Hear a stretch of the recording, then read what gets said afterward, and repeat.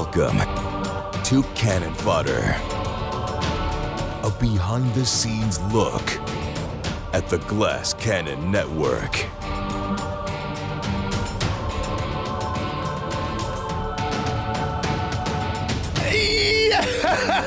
What is going on, everybody? Welcome back to Cannon Fodder.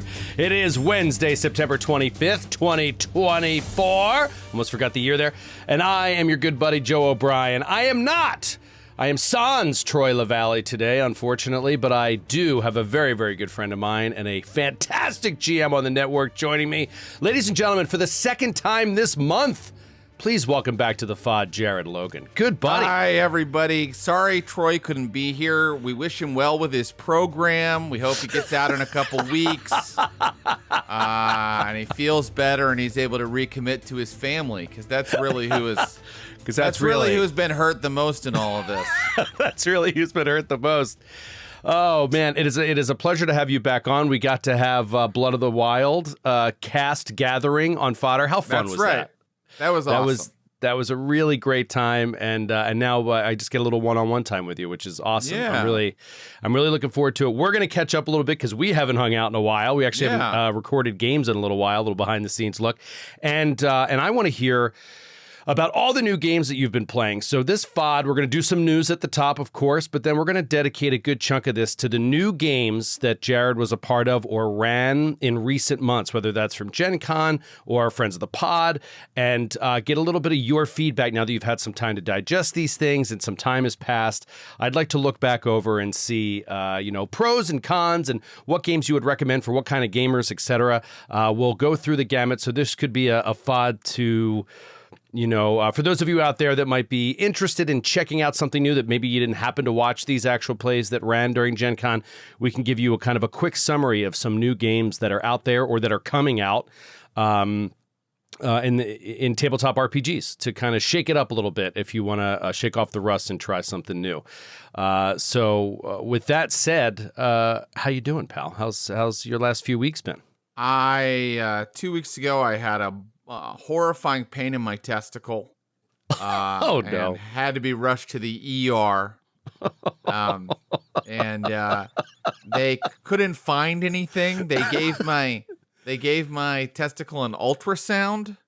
And I asked if I could hear the heartbeat, and they said no. And then they couldn't find anything. Wait, they massaged some gel on there, and they put some gel on there, and they slowly rolled a little ultrasound.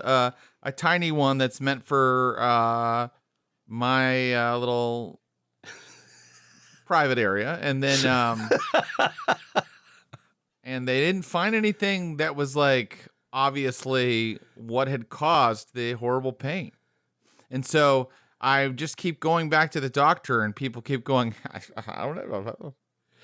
Well, in classic Jared fashion, you have a severe boy cried wolf thing about you because you always lie about everything in your life with just making people laugh. And so you think I might be making this up? I assume you're making this up. Oh no, this is all real. As it kept going, I was like, this isn't very funny. This sounds like it's real. And that sounds awful. Yeah, that sounds it's okay. So you have a phantom I feel pain. fine now. No, I feel fine now, but the day that it happened, it was like, and then I had to like lay on a couch going, Dude, that's horrible. So wait. Yeah. And you didn't get hit with anything. This wasn't like a stray softball caught you in the nards. No softball in the nards. I didn't accidentally shut it in a door. An angry pit bull didn't grab my. It was whoa. Yeah, it wasn't an America's Funniest Home Videos. I'll go ahead and answer some questions the doctors have been asking me. No, I have not been having sex outside my marriage. Oh man, I'm sorry to hear that. Well, I'm glad it's better now, but still not diagnosed. That's strange. But I mean, I feel fine now, and in fact, a little while after it happened, it kind of went away, and so now I'm having to go to the doctor just in case, but nobody can figure out what it was. So that's very unsettling. It's so strange. Yeah, it's mysterious. Well, with that, let's take it to the news. Yeah. This week on the Glass Cannon Network, you might have missed it. Monday night, we premiered a very exciting one-shot of Faster Purple Worm Kill. Now, this is a show that was on the D&D Adventures channel. If you caught that when we played it out in L.A., Jared, we played together. We were players in a game that Troy ran. You also ran a session, an episode of that TV show. Then, and now the folks over at Beetle and Grimm's are producing a book. They're kickstarting a source book that'll give you the key to short adventure ideas and hooks that you could do to run your friends through a 1 to 2 hour experience where level 1 characters come up against an epic monster in D&D. So really fun idea. The book looks amazing, and the Kickstarter's up and running. We did a show with Troy running, myself and Sydney, Matthew Lillard, and Ross Bryant through an adventure. It was really, really fun. And so if you didn't see it on Monday night on the premiere, go check that out. It's awesome. It's on YouTube. And you still have 1 day left to check out this Kickstarter if you're interested in getting this book. So head over to their Kickstarter if you want to get yourself in on a copy. The Kickstarter actually ends tomorrow. So now is the time. But regardless if you want to support the Kickstarter or not, go check out the video. It was a blast. We had a really, really fun session. That's a game that it's an interesting take on D&D. What are your thoughts on the Faster Purple Worm Kill model of kind of a completely guaranteed TPK one shot? Is this something that's you would do in your private time?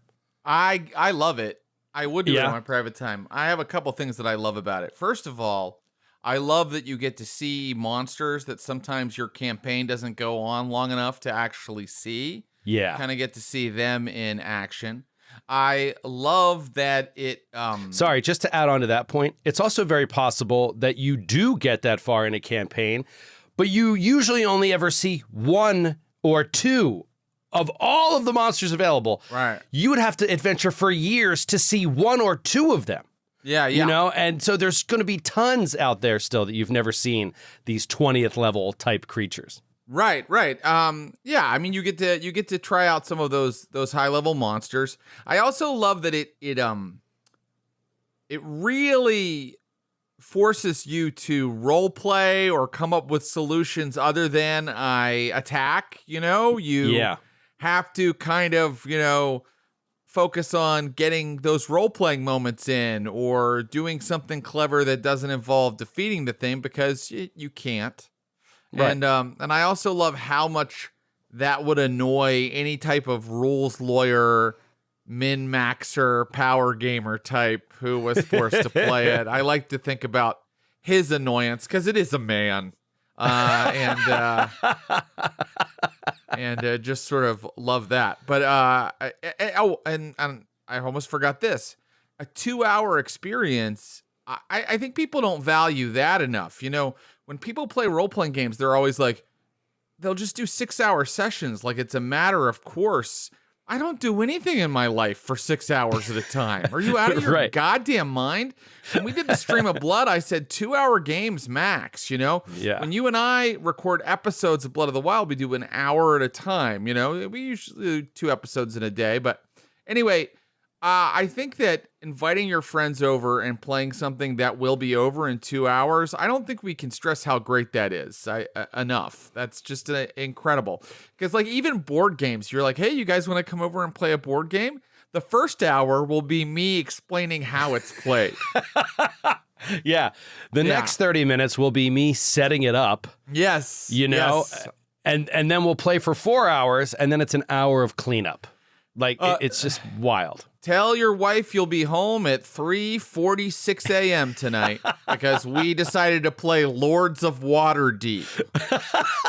I mean, that's a great example. That one's not that complicated, actually. No, I it's like not. that. But it takes a couple hours to play, to get into. And so anyway, I really enjoyed it, and you guys should check it out. See if you have some fun with that.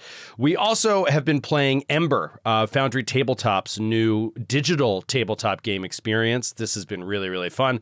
The last episode is tonight, so tune in for episode 4, the finale of 4 eps that we did of Foundry's upcoming new epic ass campaign, dude. So in Blood of the Wild we do Hexploration, and you seem to really enjoy it. You like running a Hexploration style adventure. I think you've said multiple times you like that kind of adventure. It's great. I love it. I love the fact that things can be tackled in a different order depending on who's playing and the decisions they make. And I think that really does something that role-playing games do that other media can't.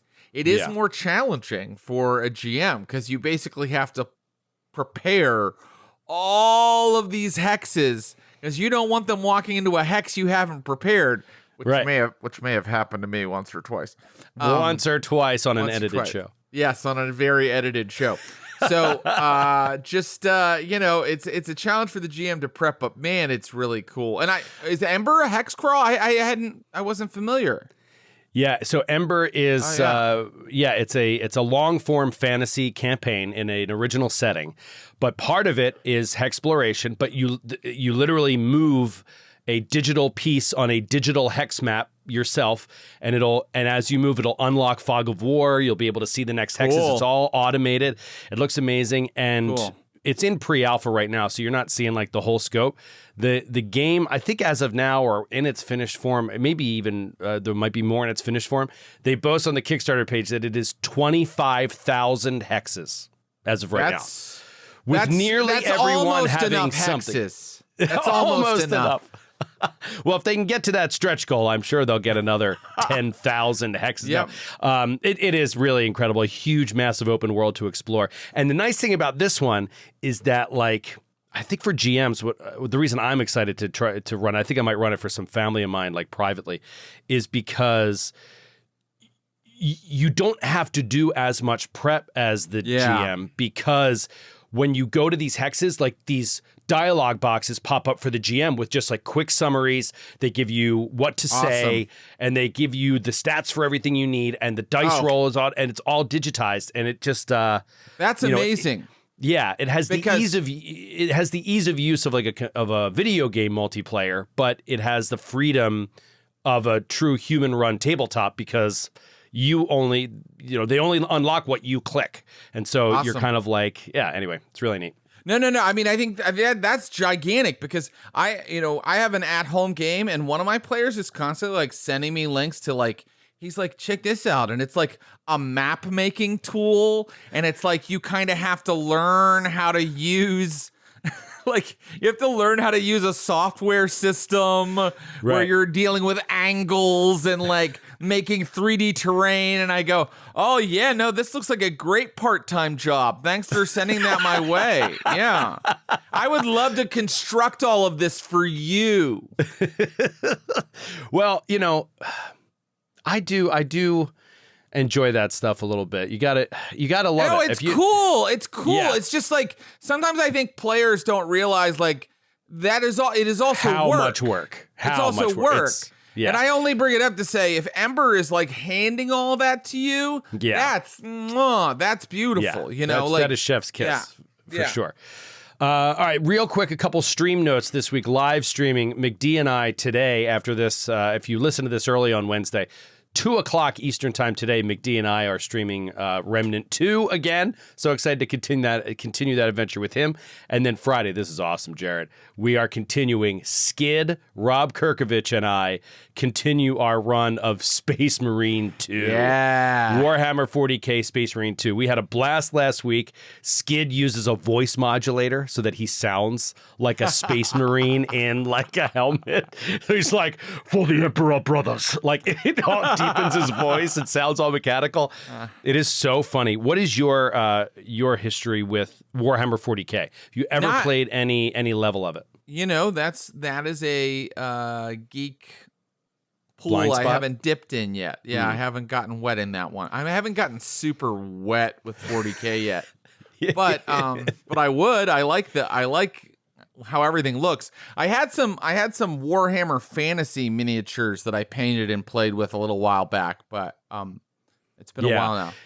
Skid is just a huge fan of the setting, and so it heightens my experience so much for when he goes into detail about all of it. So anyway, check out that stream. We're going live 1 p.m. Eastern this Friday afternoon. Rob Kirkovich, Skid, and I with more Space Marine 2. All right, so let's talk about new tabletop RPGs. These are new ideas that are coming from publishers that we love. Could be ideas that are out and brand new that you can check out. Could be games that were at Gen Con being announced or being kickstarted and might not really be out till 2025, but we were getting teases on them. And some of these are already out, have been out for a while. So I want to start with the newest one, the one that we just finished 2 parts of, just aired, Broken Weave. Yeah. This was on Friends of the Pod, and you could go and check that out on YouTube. If you missed it, you want to check it out. But Jared, give us a quick elevator pitch on Broken Weave. Like, what is this game? Sure. I can give you a really quick elevator pitch. It is a post-apocalyptic tragic fantasy. That's how they describe it. That's a good description. It's for 5e, but it makes 5e almost unrecognizable as 5e. It still uses some of the main mechanics of 5e, advantage, disadvantage, but it changes all the classes. There are still... we can never say race anymore. There are still lineages or ancestries that you might recognize, like elves or dwarves, but it even changes those in sort of a very meaningful way. And basically, you're in this post-apocalyptic world where the apocalypse was magical. Something happened. There was a magical cataclysm that corrupted and poisoned all of magic. And now the power of magic has transformed into an entropic force known as decay. And decay not only changes creatures, humanoids that come into contact with it. For example, if humans absorb too much decay, they have the curse of wind, and slowly their bodies become like these desiccated, empty, hollow, undead creatures, whereas the elves have the curse of earth, so they slowly become like covered in crystal and become these like crystalline monstrosities. But decay also affects the land. It affects the monsters in the world, the creatures that were living in the world. If you met a unicorn in the Broken Weave universe, it would probably be some sort of unspeakable, unholy thing you would normally meet in a Call of Cthulhu game. So is it pretty grim? It's just like everything is trying to kill you. It's super dark and like unfriendly kind of place. Is that like can you not trust anybody you come across? Is it got that kind of post-apocalyptic Fallout kind of feel? Yes and no. I mean, the game also pushes hope a little bit. Hope is like a resource you have. You're intended to create. Oh, like capital H hope. Yeah, like, capital H hope. Okay. Yeah. And you're supposed to create your own community, and there's rules for creating your community. And your community produces hope as a resource for your party to use, but your community can also take crisis damage. So, like, your campaign could have like different crises going on at the same time, and your party is trying to handle them, and you're losing population from your community as you try to handle them. And this all happened in our playthrough. We played through one of their basic adventures, first adventures for it, called the Titan's March, and it was pretty awesome. Yeah, I saw a clip online of your description of a Titan, and then the artwork of the Titan. It was cool and like very daunting. Huge, like absolutely staggeringly large creature, the Titans. That's a very cool concept. What a smart adventure, because I think it really takes 5e and kind of flips all your expectations about it, because in the very first adventure that you're meant to run for Broken Weave, there's a creature that's so huge and so invulnerable that just throwing spells at it and attacking it is not going to work. So what do? And you have to explore and come up with ideas and strategies. I think it's really cool if you have players. There are all these players that will only play 5e. Do you know these people? There's also some famous GMs who will only play 5e. And I don't quite get that. I love 5e. I think it has great mechanics. I don't always like the default world that it comes with, which is like elephant people. But I do really like the mechanics. I do also like the cleanliness of the mechanics. I think that it's very straightforward, low barrier to entry, and fun. Right. If you have a group that's like, we only play 5e, and you've been dying to play something that's a little bit more horror themed or post-apocalyptic themed or even sci-fi themed, because this has it does have a Fallout vibe to it. Can I ask you one more question before we move on? You said that magic caused the apocalypse, and that magic itself is a source of decay, entropic magic. Is that considered to be separate from the magic that PCs would know and be able to cast? Or does this drastically change the class, like the idea of casting magic in the way it is in D&D? Drastically changes. The classes are completely different, and you will not play a wizard or bard or like a sorcerer that's just there's nothing adjacent. There is something called the Herald. And the Herald is a person who has learned to manipulate the forces of decay, usually to their own detriment. So they can call up powers that might seem magic adjacent, but there's always a cost. They always have to think about the cost of taking the decay in on themselves.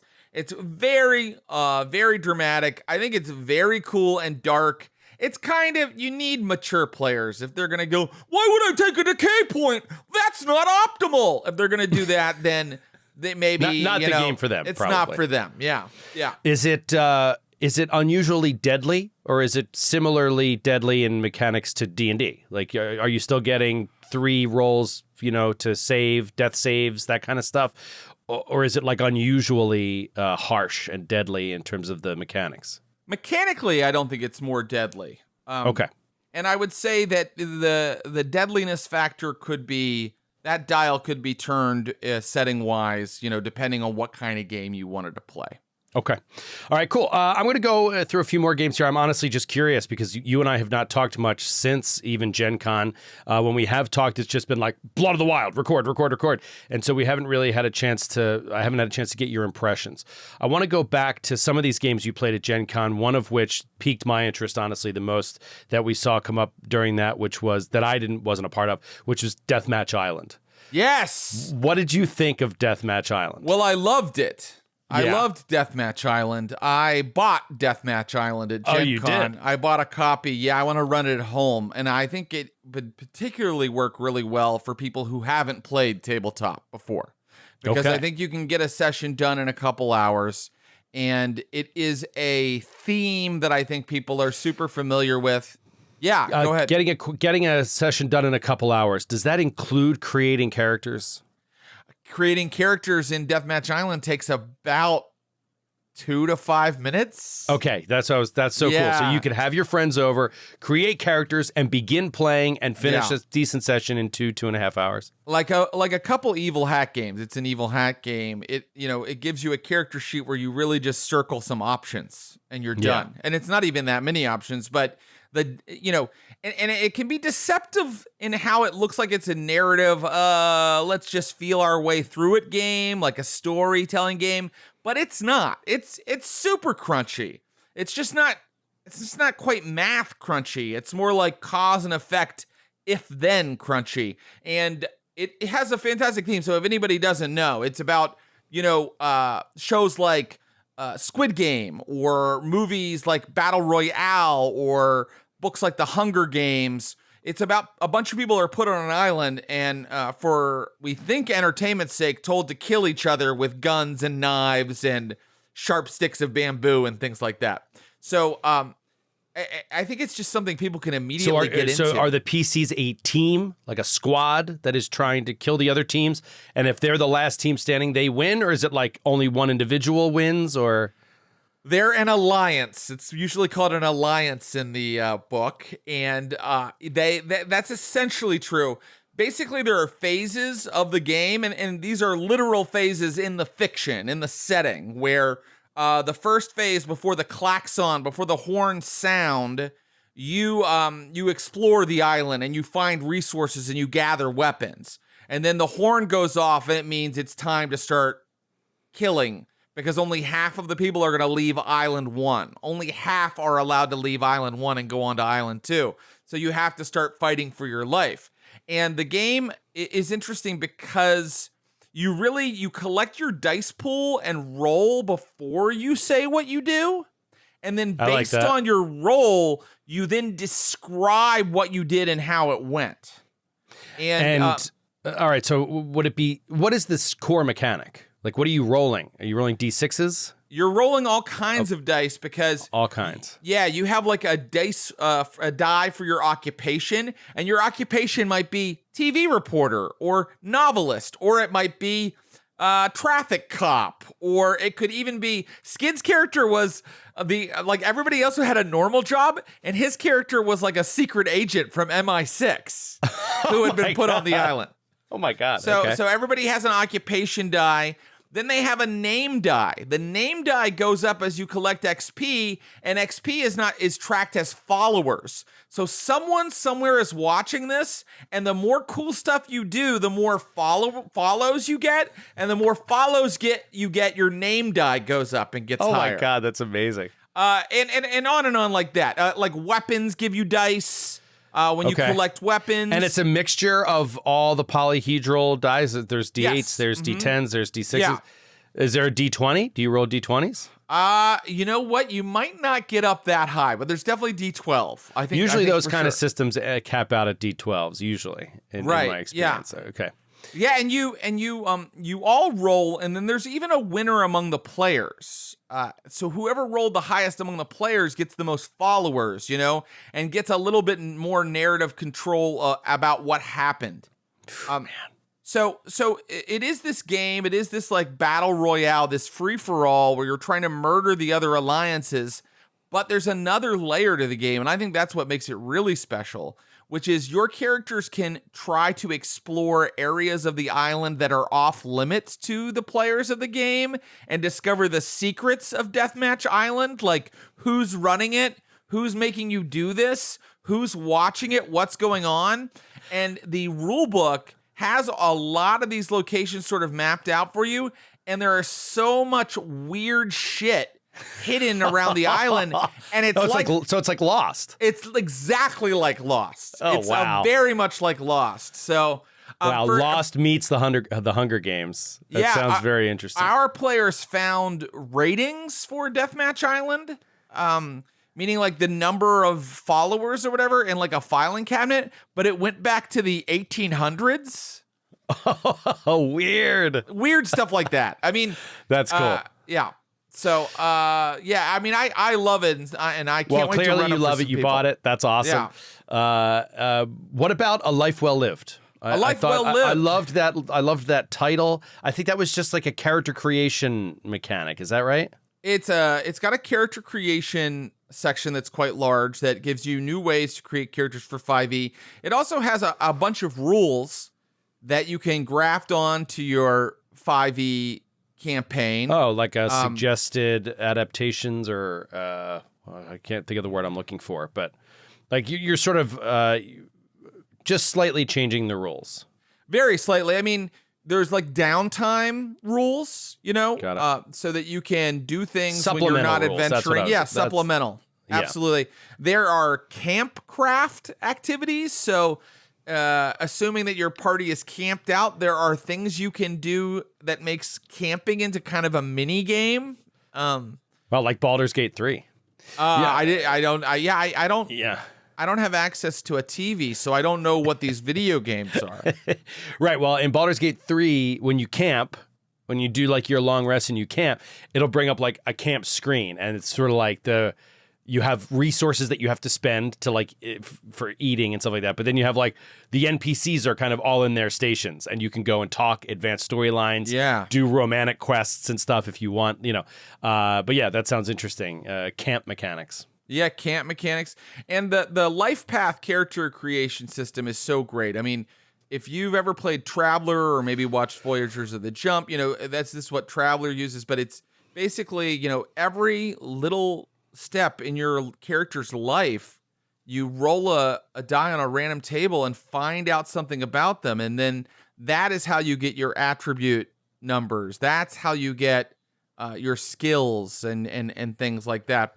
And you'll be able to go, oh, I know stealth because when I was little, I rolled that I always would steal mushrooms from Farmer Maggot's field, Yeah. And I think that's really, really cool way to create characters. I think it adds a lot of depth, and it also sort of creates a world for you. So if you're like, I want to play in this specific world, don't do that with a life well lived. Let a life well lived tell you what is in the world and fill in the map for you, because it'll tell you character A belonged to a fishing village where the water got poisoned, and it'll tell you that character B was lost in the forest for 3 years and had to learn how to live with feral gnolls or whatever. But anyway, it kind of builds the characters and the world for you. That's awesome. I liked it. It actually sounds kind of similar to my experience playing Cyberpunk Red. When we played Cyberpunk, there was a kind of a cool life path system. But what you saw happen by the end of it is it also sort of built in a plot. You know what I mean? Like, with everybody's factions and allies and enemies and the stories that they had all been through and the motives that they all have, it sort of gave the GM all they needed to start creating conflict and putting people in positions to create story.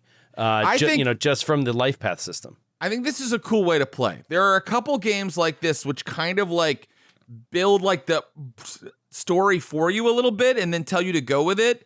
And I think that that's a great way to play. Instead of coming in with like a pre-written module or, your own like very detailed ideas as the GM, just kind of like let people do these like story prompt systems and then go from there. Yeah, I like it.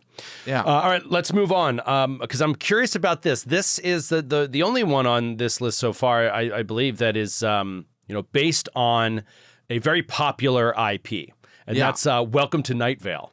Welcome to Night Vale. Welcome to Night Vale is a role-playing game that supposedly brings to life and brings to your table the world of Night Vale from the podcast. So talk to me a little bit about, I think a lot of people know about Night Vale. I actually did an interview about this game, so I don't need to go into too much detail on here about mechanics and stuff. If you want to see a shorthand about the mechanics, I interviewed the game designer for Welcome to Night Vale. You can find it on the YouTube channel. But I'm curious some of your takeaways and impressions of how the port was of the Night Vale world into a role-playing game. Did you enjoy it? Well, we had a good time. We had a really good time. I was at first a little daunted because I had not been a regular listener to the podcast, and there is a lot of world that has built up over many years. Yeah. So I was a little unsure, but the setting guide they give you is pretty thorough, and the basic gist of the world of Night Vale, the gimmick of it, if I may be permitted to call it that, of sort of like this extremely bizarre town where literally anything is possible. That's a kind of an interesting game to play because we don't often play in worlds where literally anything is possible. So, for example, one of the example characters you could play was a scorpion. Literally, it was the arachnid, a small scorpion. And I was like, that can't be right. And it was right. You can play as a scorpion. And at first, you might go, how is that going to work? How does he hold his sword? And then if you kind of let that go and just allow yourself to just really exist in, what I think Night Vale exists in? It exists in a more like literary space. Like, like when people go, you couldn't film that book. You kind of can't film Night Vale, Yeah. So you have to allow yourself to understand that you're kind of in the realm of wordplay a little bit. You're kind of like in this sort of liminal space. And we had a blast, just getting as weird as we wanted to. Yeah. It's not realistic. It's not realistic. It's the opposite of that, but it's fun. Right, yeah. It sounds a lot different than Broken Weave. It is. Right? Yeah, it is. Like a grim, dark, post-apocalyptic setting, a fantasy setting. Yeah. I thought the mechanics sounded interesting. Where you're I believe it sounds somewhat similar to Deathmatch Island in that you're right. I believe your skills are tied to die. Like you have a D12 as your best skills. Your D10 is slightly worse. Your D8 is slightly worse skill. Right. Okay, cool. And then before I move on to I have some wrap up questions on these games and a listener mail. I'm curious if there's anything else that you've played in the last few months, any other new games that didn't air, that weren't part of the Glass Cannon Network or anything that you just happened to play. Well, I got to run the Moria. Yes, a Moria adventure. The One Ring. Yes, that was a big part of our Free League day. That was a big 4-hour session. How is that's the One Ring by Free League. How is the One Ring by Free League? How is the Moria book? I haven't had a chance to cry. No, I want to play it so check bad. It out. So my at-home game right now is the One Ring. I'm a giant Free League fan, and I want to play all of their games. I've played Coriolis, Blade Runner. I've played a lot of the One Ring now because that's my current at-home campaign. But of course, I planned my campaign before I got the Moria book, and now I'm like, oh, I have an idea for an entirely different The One Ring campaign. So at one point in the future, I'll be able to run the One Ring again and do an entirely different campaign. That's because awesome. Moria is like, it's a book that, it's just a bunch of locations inside of Casa Doom, but it's kind of a campaign in and of itself. Because if your characters were just searching, the kingdom under the mountain, you could go on for session after session and have an awesome time. And it gives you special mechanics for traveling down there and exploring down there and trying to find places down there. So, I loved it. I didn't realize you were running a One Ring home game. Is it? And it's an original campaign, like a campaign of your own design? No, not quite. I have their adventure book, Tales from the Lone Lands, and I have their setting source book, Ruins of the Lost Realm. And I've kind of just tied a bunch of stuff together with my own stuff. So, like in between two of the adventures from the adventure book, I might have a session where it's just my stuff. And how many players do you have? I have 5. Oh, wow. I was curious if you had 3, because I know you really like 3. I really like 3. Yeah. I'm fine with 4. 5, I start to think it's too many, but they're good friends. And how can you send them away? Everybody wants to play. Yeah. And they don't all show up every time, as we all know from our adult lives.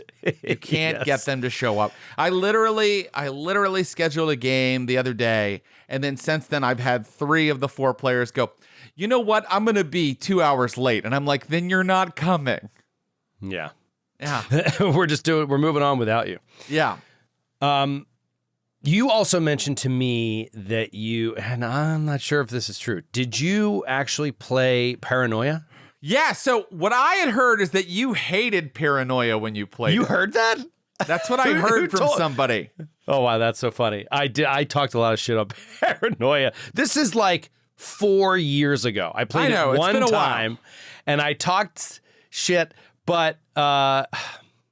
I mean, I got to own it. I mean, I did talk shit on it. But I also, there's one important piece of context here, which is Paranoia, in the grand scheme of things, it might have been the first game that wasn't D&D or Pathfinder I ever played.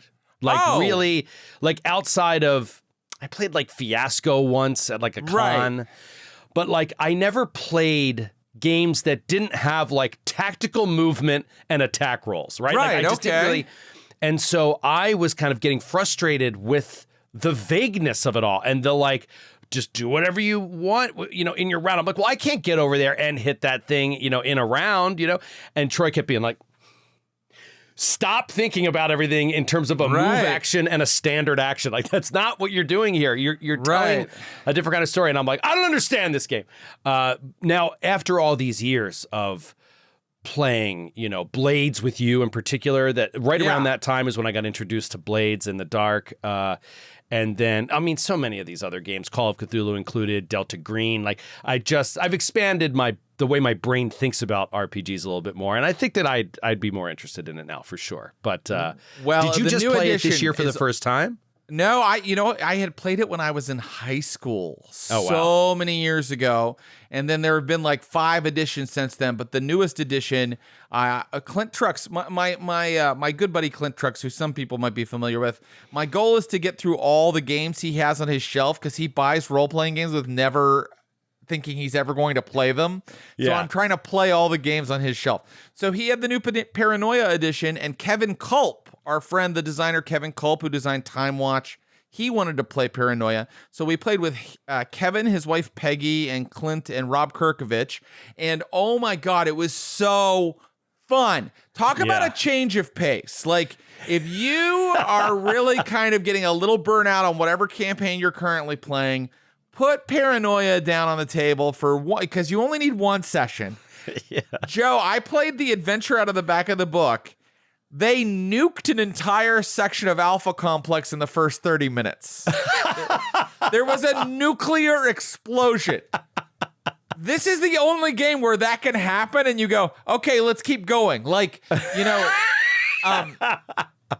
it was just absolutely batshit nuts. I was like, hard guffaw laughing like many times.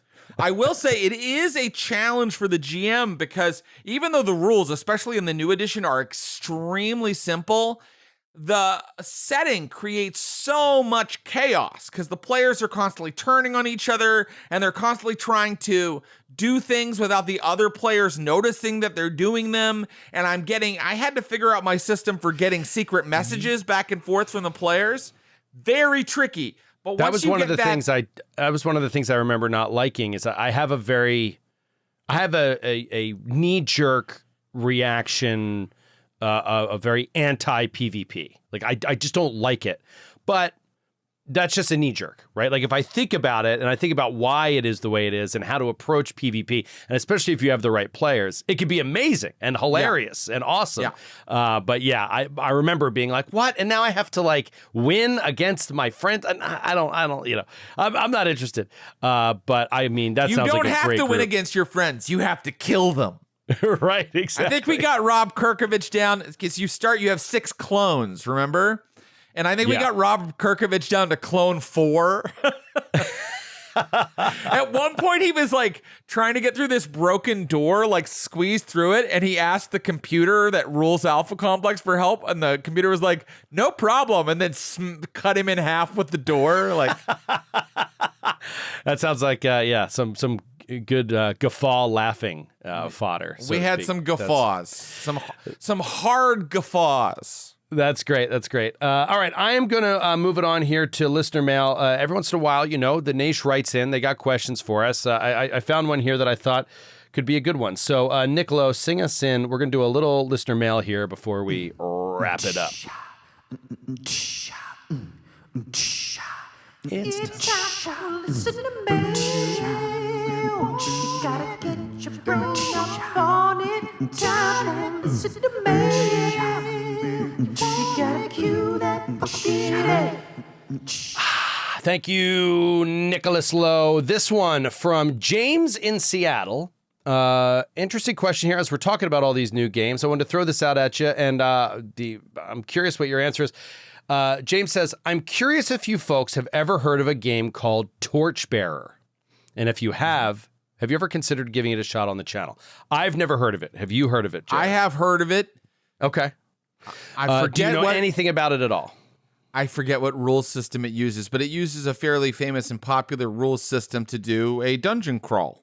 Yeah, so very good, very good.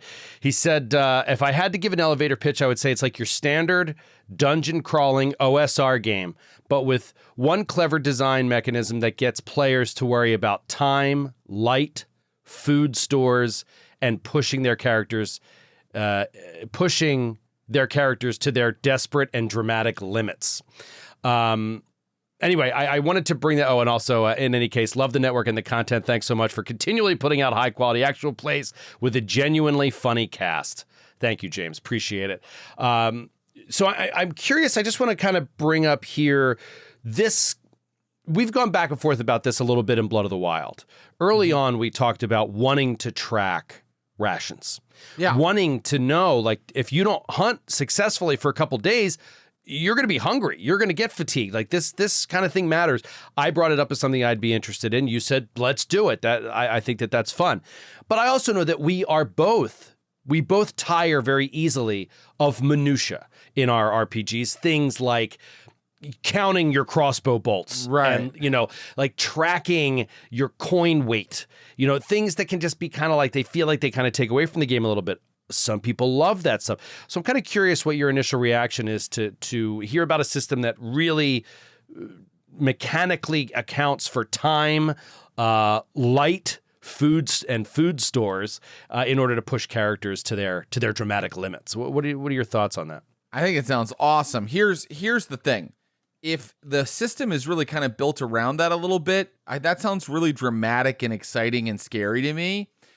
The problem you run into sometimes is you've got these giant everything in the kitchen sink systems like D&D 5e or Pathfinder, and they have a lot of things to keep track of and remember. And then in addition to that, someone wants you to count every crossbow bolt or, go shopping and know everything that's in the shop. That's one of my pet peeves that players are like, we would like to shop for 2 hours. I don't want to do that.